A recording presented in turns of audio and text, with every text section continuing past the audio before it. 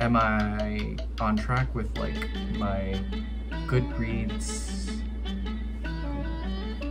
What is that?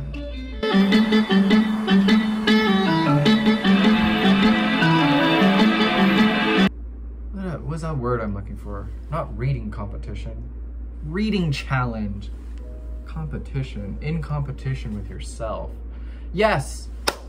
Reading challenge. What have I read in 2022? It is the middle of the year and almost July. Oh my god.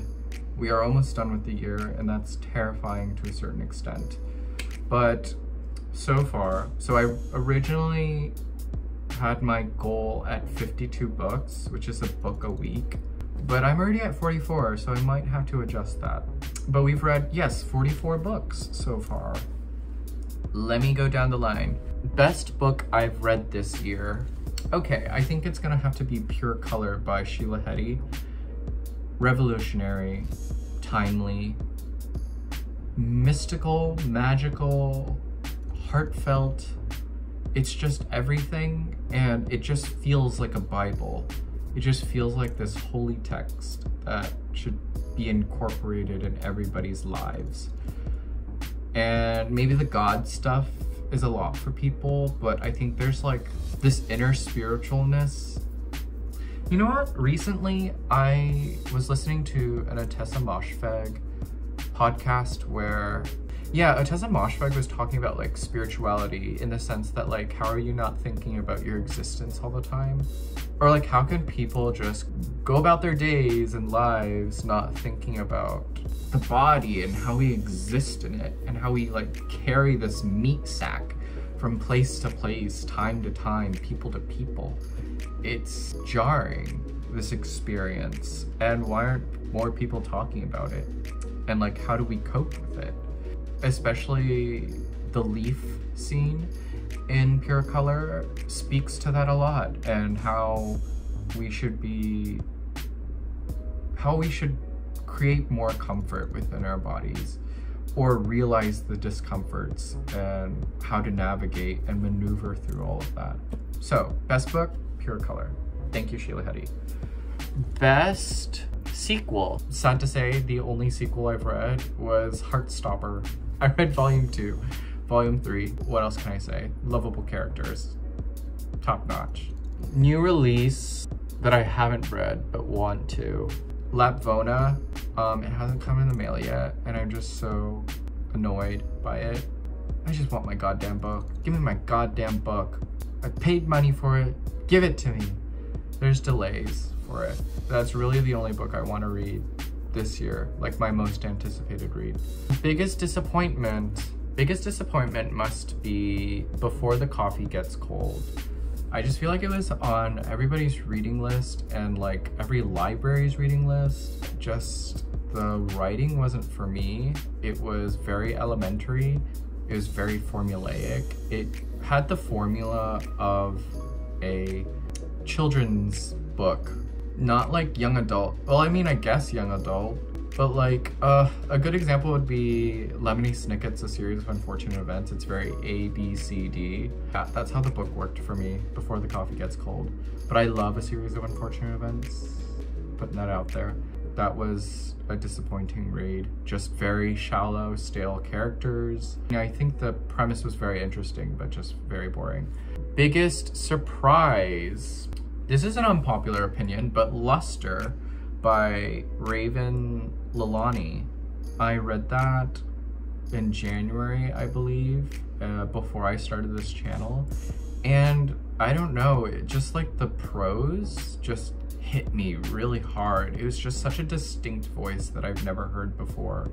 And these like really long sentences that, yeah, just described the world in this icky way where it was claustrophobic. I felt for the character through this prose, not through her, but through the prose. And I just think that was a very interesting technique. But I know not a lot of people liked this novel or like how it developed in the end, but I don't know, it was just so real and gritty and gross, and like you could almost feel the heat and humidity from it, which I loved. Like, you can smell bodies.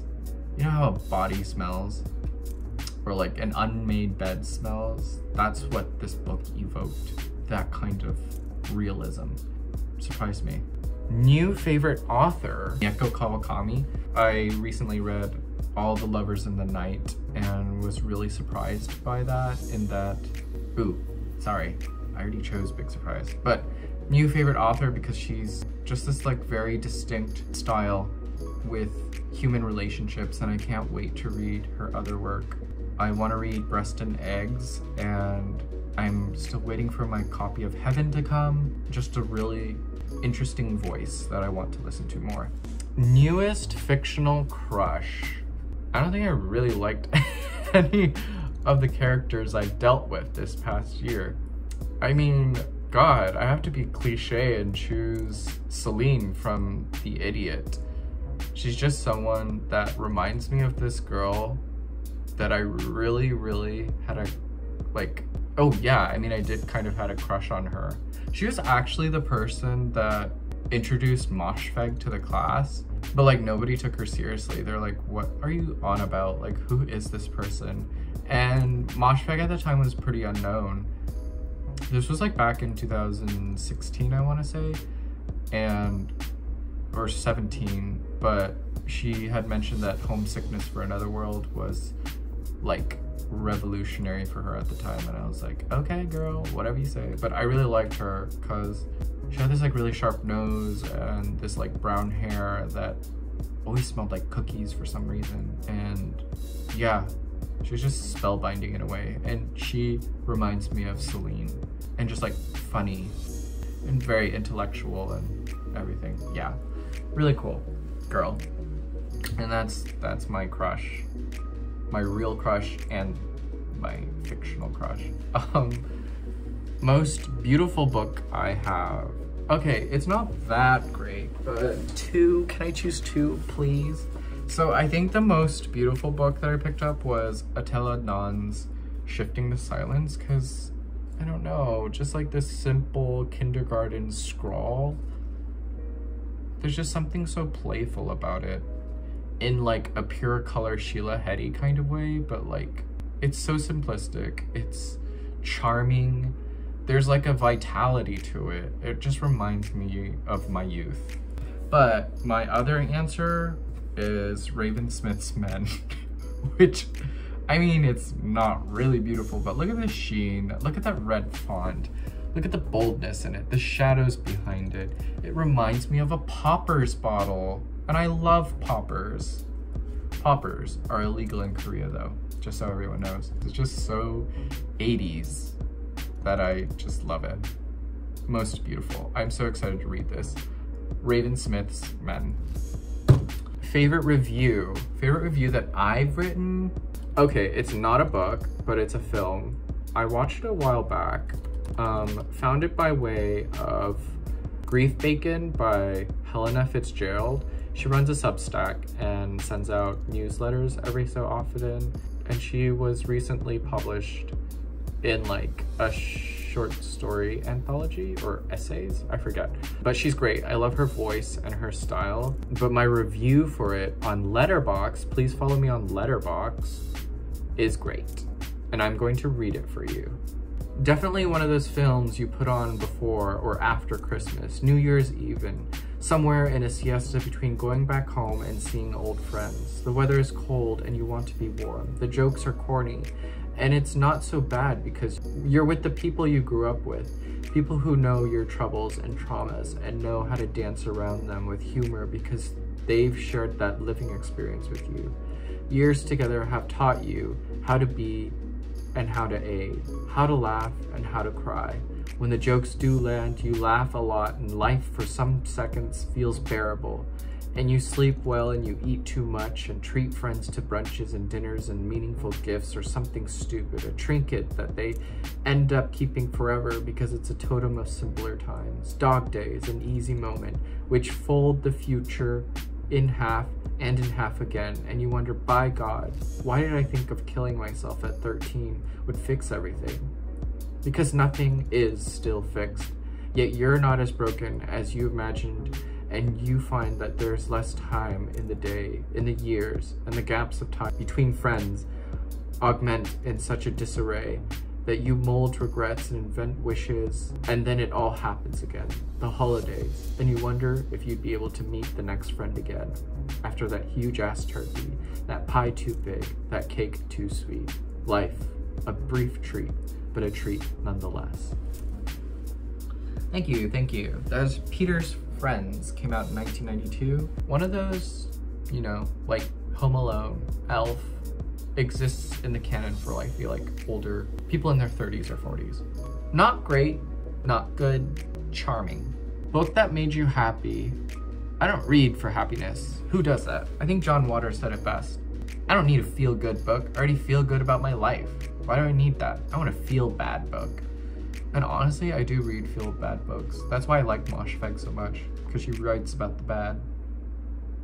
I mean, I want to feel good about everything about my life, but I feel good enough where I don't need to escape into books and films in order to feel good about myself. In the same way where I don't need to relate to characters.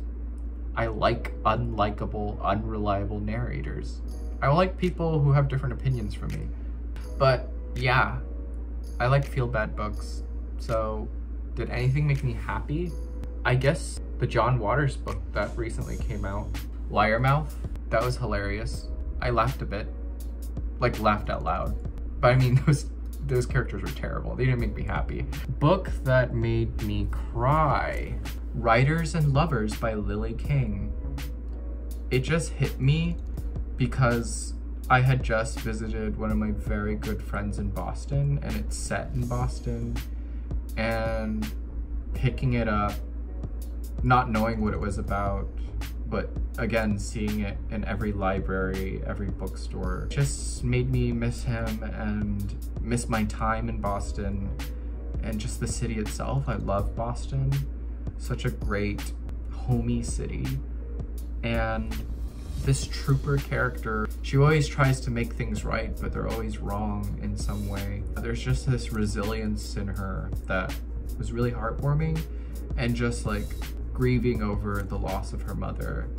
And yeah, I know, I get it. A car crash, death of a parent, in any book, novel, show, anything is just so drawn out. But like, I don't know, just like thinking about losing my mom while in her shoes was, yeah, just really compelling. Like, what do you do when you feel like nothing is going right and your mom had just died and she's not even there to see how you make the wrongs right? You know? Kind of sad, and yeah, just beautifully written, and I loved the voice in that. So yeah, that's what made me cry. And new favorite character.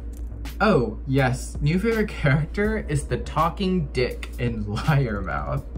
Yes, I forget his name, but he is basically so blue-balled that his dick develops a voice and it speaks for him.